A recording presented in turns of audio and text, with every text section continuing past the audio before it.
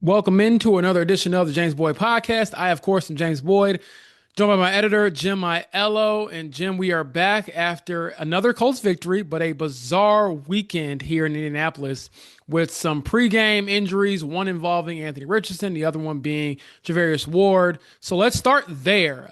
Big Yeah. win that certainly matters against a Cardinals defense that was very good coming into that game.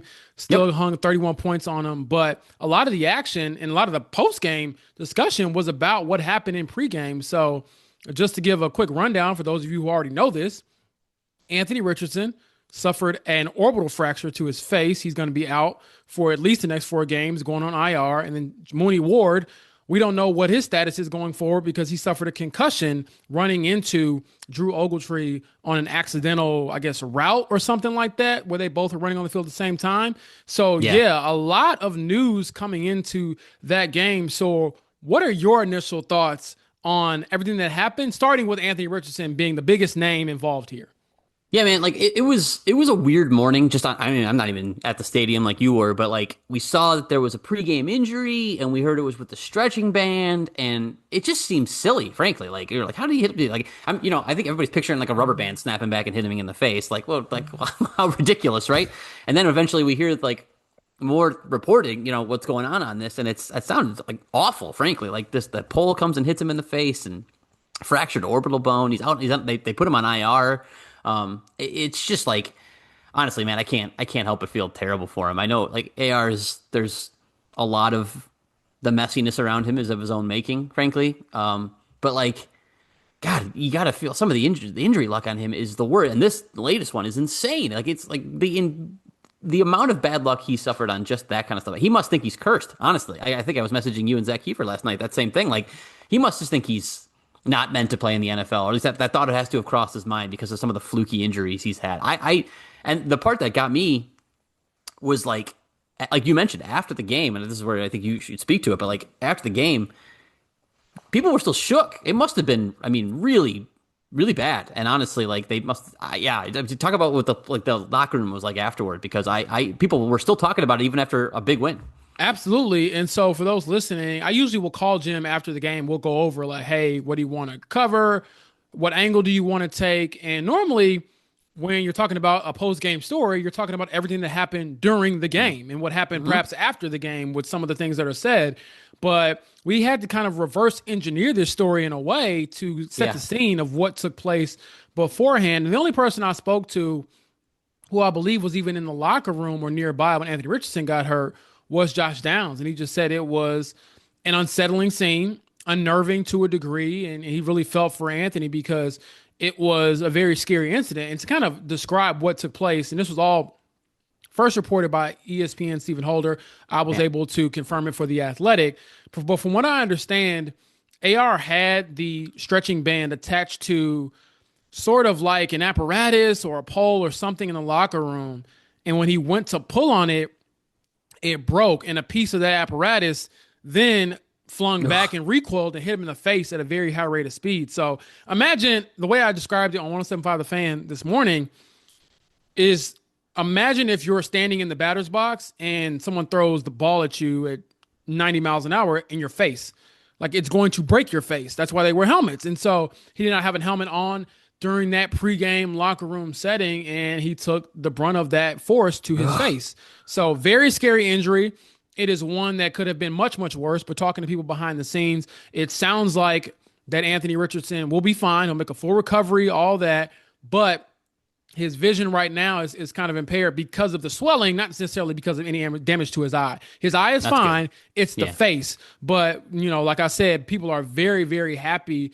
And he's very fortunate that it was not a direct hit to his eye, which obviously that could have been, very, very serious and much more newsworthy. So big blow there. But yeah, talking to him, Zaire Franklin and other players are like, we've never experienced something like this. And to see one of your guys go down, it kind of shell shocks you because normally when you go into a game, you're preparing your mind for this level of violence and for the possibility of injury and Sure. things like that. Yeah. But you're not thinking of, oh, someone could be severely hurt in pregame.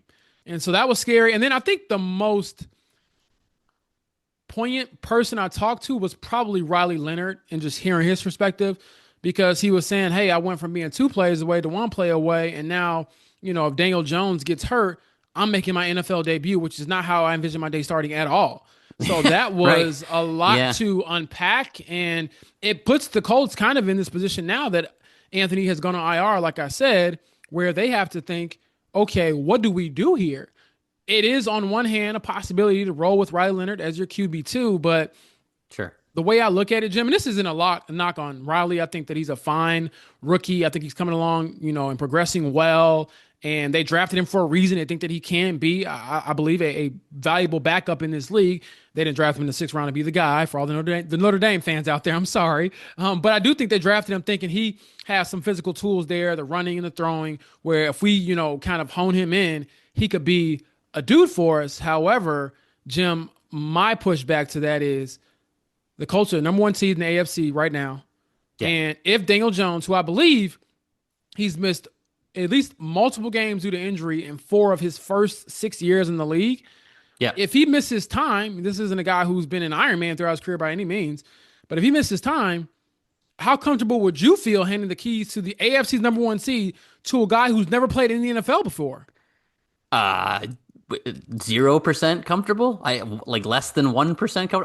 I'll give him credit. He's an NFL quarterback, so less than 1% comfortable with that. No offense to Riley Leonard, but like, come on, like we saw what he was in training camp. It's a project. They drafted him to be a project. Like that. This is going to take time. This is more than a 1 year thing. Like this is, I think, segueing into what you want to talk about, which is they gotta figure out something else at the backup quarterback. Like it's great to hear that Anthony Richardson will be back, most likely, obviously, because it's not like a nothing with the eye, right? It's the face, so that's good. But you don't really want to take any chances with what you got going with this team. Like, look, listen, like I don't know how many of you listening now watched the Bills game last night, but they're a flawed team. They're a deeply flawed team, frankly. They just lost to Atlanta. The Chiefs are a flawed team.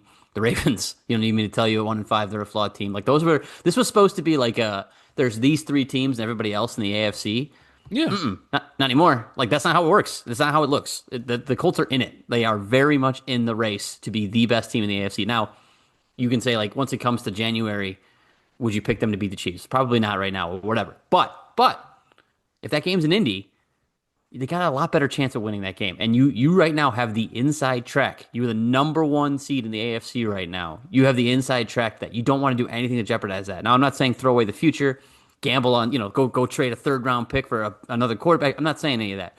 What I am saying is this team needs to take the proper measures, and we can probably get into this a little bit later. It's not just a backup quarterback. It's around this team. But they need to do what they can to shore up the weakness. They remain on track to get the number 1 seed, because again, this is not just some pipe dream. This is reality for them right now, 6 weeks into the season. Like, and this with their schedule, it's doable. It really is. It's very doable. So they need to do that. We've talked about Chris Ballard being more aggressive throughout the offseason. Keep it going. Keep up the aggression. Absolutely. And then you look at some of the names that are out there, free agency. Taylor Heineke is probably the one that I really would circle, Jim, and say, hey, here's a guy who, maybe it's just a little PTSD, I guess, from watching him beat the Colts twice during a couple of games that I've covered. I know he won a game here in Indy when he started for the Commanders. I believe that was 2022.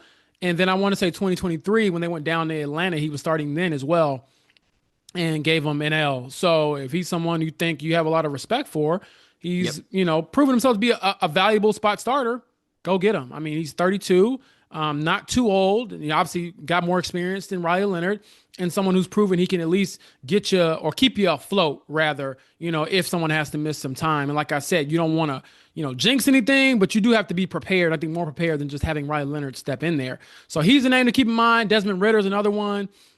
He came in throughout, mandatory minicamp as a tryout participant. And really, I think they brought him in because that was around the same time that Anthony got shut down the first time due to his shoulder being sore. So it's like, hey, we need extra body. Do you want to come up here and get some reps in? So they have some familiarity there, at least briefly, with bringing him in, getting a closer eye on Desmond Ridder. But from there, the list is pretty bleak. I mean, Yeah.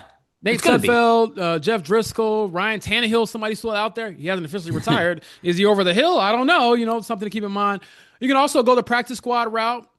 CJ Beathard, Easton Stick, I thought Sam Ellinger was a practice squad guy, but no, he is actually on the active roster with the Broncos. So you'd have to trade for him, trade for Sam Howell, trade for, I don't know, the preacher Jameis Winston in New York, who, as you've laid out to me, the Giants feel like, hey, he's a big part of what we want to do with Jackson Dart. So he seems like he's Yep. not an option. But those are kind of the names that I'm looking at, and I'll have a piece with this laid out here soon on the Athletic, where you all can take a look and look at, I guess, the old antique store with some of these players when it comes to a guy like Ryan Tannehill. But yeah, there is no great option here No. unless you give up a lot of draft capital, which I would not do in this No. scenario. But that's where they're at. And I do think, and typically the Colts have done this, they've kept three quarterbacks on their active roster during Yeah. the Chris Ballard era. So that to me won't change. So they're going to sign somebody. It's just a matter of what avenue are you willing to take to do so. So I would imagine, yesterday and today, and perhaps even this week, they're going to bring guys in, work them out, and try to get somebody signed fairly soon. I would imagine a signing will be coming at any minute now because that's just the way the NFL works, and you want to get that guy in to get some reps in throughout the practice week just in case anything happens and you have to play him on Sunday. I mean, that's how real these things are. Now, I'll knock on some wood here and say, Daniel Jones, you've been fantastic. You've been healthy. Yeah. The last time you played a full season, you took a team to the playoffs, so the Colts are hoping for that again, but you always want to have that contingency plan, which leads me to my next point, where I think the Colts can be a little, they can be a little skimpy, I think, when it comes to the quarterback position and what they do to bring in another guy. Like, again, I'm not saying go out here and spend a ton of draft capital to bring in a quarterback who undoubtedly would be the backup behind Daniel Jones if he sure. remains healthy. However, secondary, pass rush, linebacker, I'm looking at the trade deadline, which I believe is like November 4th. It's coming up. Yeah. How do you feel 3 about weeks. how aggressive the Colts should or should not be in acquiring some players to perhaps fill those holes? Now, I will say the secondary is supposed to get healthier. So perhaps that's the one maybe you don't feel the need to go out there and get somebody with a big name or a big resume. But man, this pass rush and those linebackers next to Zaire Franklin, boy, not looking great throughout the season so far, in my opinion. Yeah, I'm staring at this depth chart right now, and I'm like, God, like, I really think with the pass rush, it's important, obviously, to fix. It's the most important thing on the But team. they've invested However, so much already. I'm like, that's what I mean. man. Like, I kind of think you just need to let it play out a few more, like maybe Oh, two don't more say weeks, and that. just. Don't say that to me. I listen. I'm the hype. I'm always the aggressive guy on this kind of stuff. I really am. I don't like. And again, if there's somebody out there, or if if the Bengals decide to make Trey Anderson available, you got to make that call and just see what the price is and that kind of thing. Like I'm not saying don't do it, but I do not know if I would like the guys they have there have resumes. You drafted a second round pick that you'd hope could make an impact at some point this season. Taekwon Lewis had his moments the other day. Like you wrote about Laiatu Latu. Like he's still pretty high up in the splash play. He's not getting the sacks, but he's I know. high up in the splash play. Buckner, Grover. Like you want to see Quiddy got a sack the other day. Man, I want it to work with those guys. So you seem like you disagree, and that's fine. I'm looking at the linebacker, like the middle of the field right now is a problem. It's just a problem. Like and no disrespect to Jermaine Pratt, like coming in 3 days, like getting released, coming in 3 days or 4 days of work, whatever you end up having with the Colts, like that's a tough assignment. Like even if you know Lou Anarumo's defense, that's a tough assignment. So I'll try to give him a little bit of leeway there, but like I don't think you can go forward with what you got there next. And if Zaire Franklin goes down, like I don't even know what you do. Like you got nothing in the middle of the field that you can really, really trust. And then at corner, man, like I think you got to. This is not me. The linebacker thing, I think you could actually get on Chris Ballard for not doing enough there. Frankly, Yeah. At corner, he's just bad luck, man. Like it's just been a lot of bad luck. It's like awful. yeah. So, but you do need to fix it. To me, like I don't think you can. You saw what happens against good teams. You saw, like, look at the Rams, man. Like the Rams saw what you had in the outside corner, and it was Xavier Howard at the time, and they're like, "This is your weakness. We're gonna go after that." And he could do that at he could do that at linebacker too. If you play a team like Kyle Shanahan and the 49ers, like he's amazing at being like, "Oh, are you bad in the middle? Guess what? Here comes the tight end over the middle. Here comes Christian McCaffrey over the middle." Like when you play good teams with good offensive play callers, they find your weakness and they exploit it. That's what's gonna happen. So you're no longer looking at this like a we'll see what happens. We're a good team. Maybe make the playoffs. Like, You're a team that has realistic AFC aspirations at this point. You need to be planning to play against teams like Josh Allen, who again, yeah, they have defensive problems, but offensively, like they will be able to pick on you based on the kind of guys that you have out there guarding their players. So I definitely, to me, I don't know, maybe you can tell me where you feel like the order of priority is. I kind of think I'm torn between linebacker, honestly, and Okay, corner. yeah, But how would you rank it if you had to defensive end, linebacker, cornerback? How are you ranking them in so like like terms of need? it's hard for me too because I think like in terms of importance and position, I'm always going to be a pass rush guy Oh, first. But I actually absolutely, think yeah. I think that's last for me on the Colts because they have dudes. I do think that they can step up their games, and you can hope that they'll get more out of those guys. So I'm gonna say corner, man. I'm gonna say corner's number one. Here's why. Like you don't know really what you have in Mekhi Blackman. Kenny Moore's been banged up. Charvarius Ward, do 2 concussions in the same season. Like I don't know that. I'm not saying he's done or whatever, but like at this point, you don't you don't know right how Yeah, soon he'll it's be back. scary. I mean, and to your Yeah, point, it's two very concussions in 5 weeks, in 6 weeks. right. Like that's So not ideal. right. So I think you go get another outside corner. You hope he can be your two. If he has to be your one because Charvarius isn't back, we'll see. Again, I don't want to write Mooney's story before we get there. Obviously, I'm not trying Right. to get ahead of myself. Maybe in a week or two he's back and he's fine. But like, it's there's a significant injury. So yeah, I think corner's number one for me because you have Zaire Franklin, who is good and capable, and you can get away with playing some more one linebacker stuff if you have to. Um, I think I put linebacker two and then pass rush three. Where are you? What's your ranking? Oh, I want to be selfish to say just go get Trey Hendrickson, right? you Yeah, know, no, I mean if they but can, sure. that to me just doesn't seem like a realistic move. And I guess the question I'm asking myself, which is part of my answer to you, is like how all in are the Colts? Are they there yet? Are they to the point where they're like, you know what? The Bills look vulnerable, the Chiefs look vulnerable, the Ravens are banged up. This is our shot. We should go for it. Let's go all in. All chips in, like Jim Irsay once said. If you feel like that, then I'm like, okay, then, punt those picks and go get players that are proven. And would that entice you to go get a Trey Hendrickson who's on a bad Bengals team right now on an expiring contract? What would that cost you to bring him in? Because unlike other pass rushers, that he can actually get the quarterback on the ground. As much as I, like Leatu Latu and laid it out last week in my story, he's doing everything but sacking the quarterback. And I at some know, I point, that know. has to matter. It has to matter to be more disruptive and not just have it be the advanced metrics where we know you're Yeah, around the quarterback, but you're not getting him on the ground. So that's a yeah, factor that I just can't overlook to a degree. But like you said, they've invested so much. JTT doesn't even play. I Tuimola know. doesn't even play. So it's like before I go out and get somebody else, do I try to give him some burn or give him some playing time? For those listening, burn is my slang for playing time. Sorry. I'm still getting more professional as I grow in the podcast space. But yeah, I would probably rank them the same, honestly, Jim. And the reason I say this is because looking at what happened at cornerback, Jonathan Edwards, the undrafted rookie, feel good story, a great young man. Yeah, He seems like very high character person. He had a rough day, and you could tell the Cardinals were picking on him. He yeah. gave up. I'm looking at Pro Football Reference. When targeting him last week, Jacoby Brissett was 6 of 7 for 123 yards with a passer rating of 118.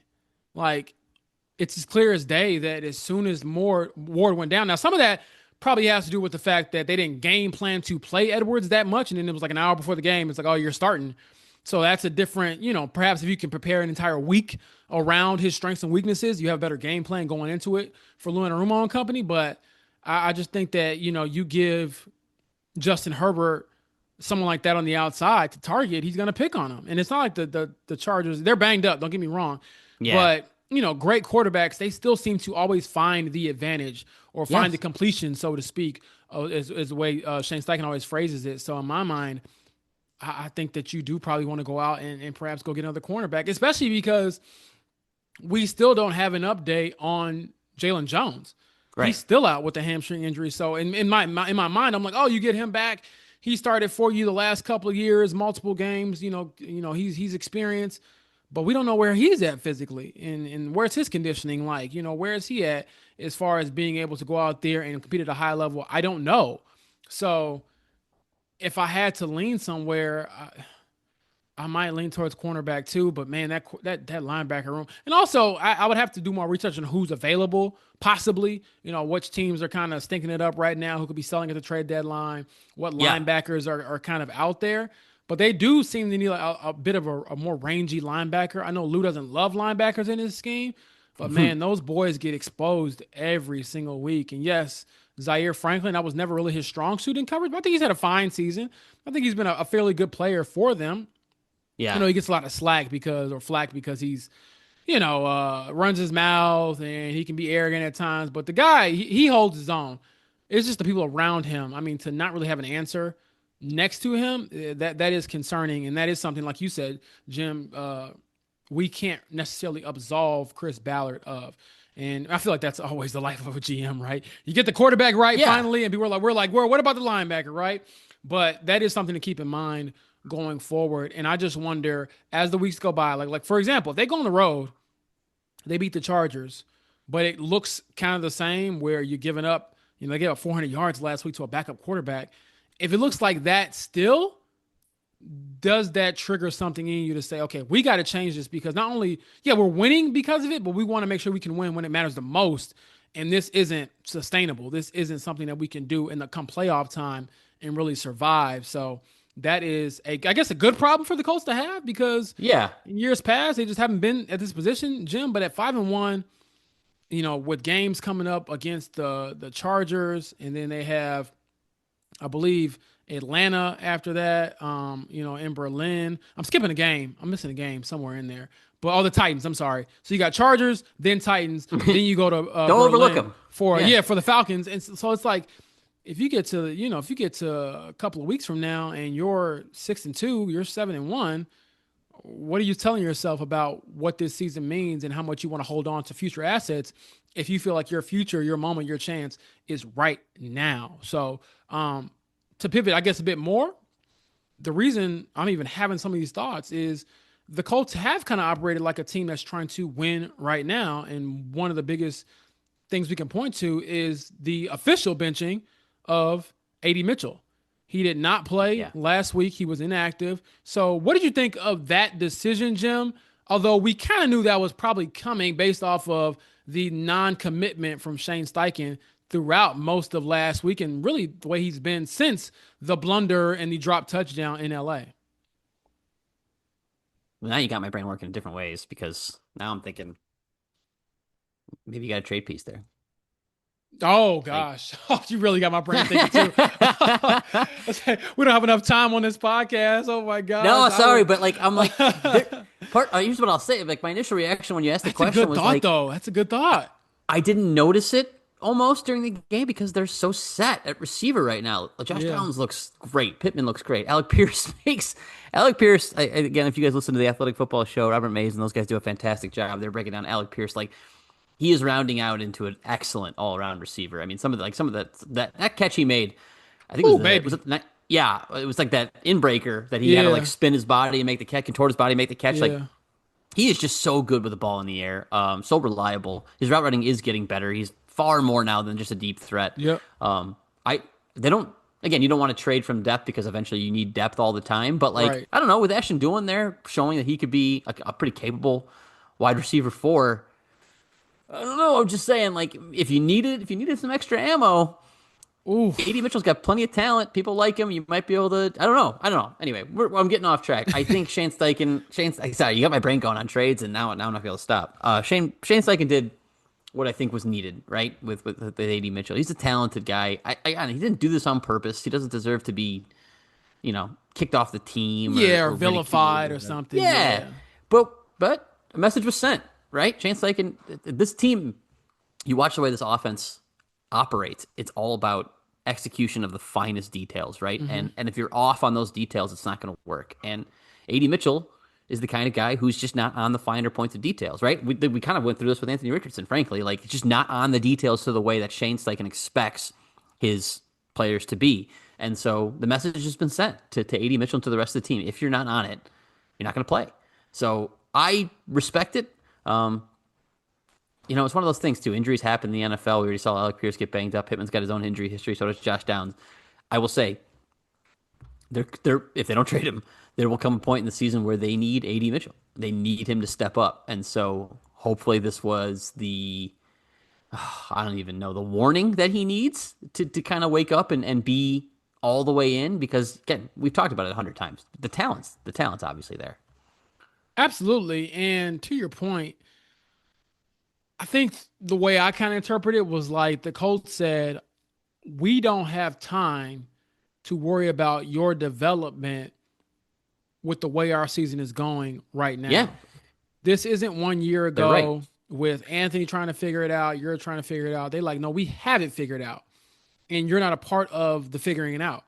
So I will say, talking to people internally and around the team, it sounds like, they still believe in AD Mitchell and they're making sure they're communicating everything to him. So like, for example, when the inactives come out, it's not like AD Mitchell didn't know before Sunday. Like he knew he wasn't going to play, but it's communicating with him about like why they made that decision. And I guess trying to light a fire underneath him to say, hey, what can you show us to say you've earned the right to be back out here with these guys? For example, Ashton Doolin has done that time and time again throughout his career. He's been a reliable kickoff return guy. He's been a reliable gunner, a punt For sure. returner, you name it. I mean, last week he took a snap on defense and blitzed. I mean, the guy does everything and keeps it all square. Like, when's the last time we said Ashton Doolin, the other AD, had a mental mistake or had a mental error or didn't do something that was required of him? So for AD Mitchell, I think there is a lesson within that because the guy who essentially took his job as the fourth wide receiver, so to speak, is Ashton Doolin. And I Yeah. think the way Doolin's career has kind of unfolded, being an undrafted guy, having a scratch and claws fight his way to the NFL, earning a second and third contract, I believe, is what he's on now. Like those are lessons that you can look at and say, okay, this guy wasn't in my shoes as a second round pick. He didn't have as many opportunities to mess up, quite frankly, as I have Right. and still stay with this team. Because if we're being honest, if an undrafted guy would have did what AD Mitchell did, is he on the team the next week? Yeah. Is he still around? Like those are questions that you have to Oh ask yeah. yourself when you have those multiple kind of mental errors. So yeah, I think that the Colts have communicated with him and let him know we need you to be a little bit sharper, and we're gonna hold you to that. But in the meantime, we're not holding our team back because of the things that you've done to hurt us. And so it's unfortunate for AD Mitchell, but it's at the same time not like the end of the road, not the end of the world. But I was not surprised by it. Like I said, when the inactives came out, the most newsy item was supposed to be, at least in my mind, AD Mitchell not dressing. But then it became, wait a second, what's going on with Yeah. Anthony Yeah, Richardson that in his changed. eye? And then maybe 30 minutes after that, it was, wait, we don't see Javarius Ward warming up. And fans are like sending us stuff on social media like, hey, is this him? Somebody was laying down on the ground. He looks like he was kind of in some pain. So very unfortunate situation. And the way I can describe the reason I wanted to give the Colts some credit in my post game story, and I Mm. did kind of lay into that defense and criticize some of the things that I saw, but the fact that they were still able to kind of rally the troops a little bit, and I hate using those analogies. I apologize. It's not Yeah. war. We're not going off to war here. We're playing a football game. But to, Yeah. to rally the guys together, galvanize their team, I do think that is worth noting because sometimes you got to win without your best stuff.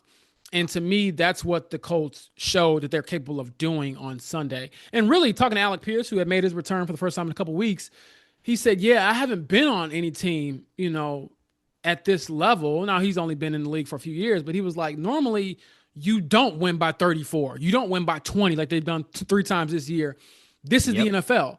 It's ugly. It's weird. Like you just mentioned throughout this podcast, Jim, like the Falcons lost by 30 to the Panthers, The 30 to Panthers, nothing, yeah. and they come back and beat the Bills. So it's a weird league. It's a hard league. So the fact that they won that game, despite all of that, is to me a positive and something that you can certainly build on because the Colts of yesteryear don't win these games.